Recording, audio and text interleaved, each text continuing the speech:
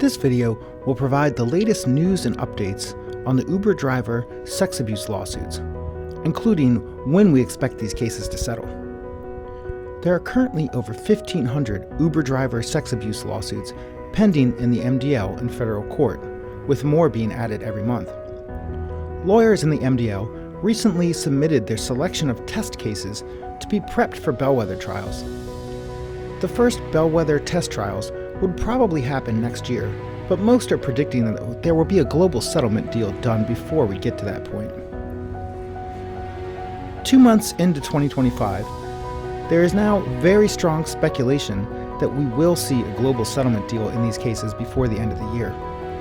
There is mounting pressure on Uber to get a settlement done before any test case goes to trial to avoid the consequences and negative publicity associated with a large verdict.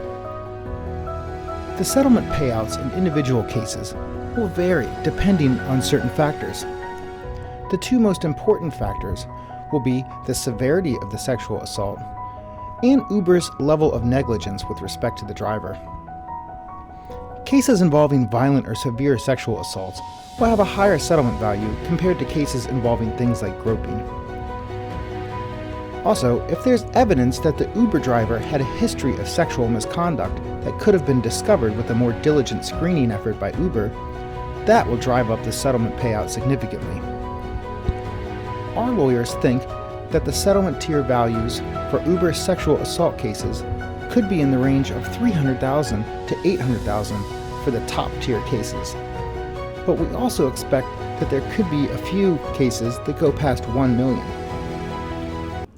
Of course, the settlement payouts will ultimately depend on the details of the payout matrix that gets approved in the final settlement deal.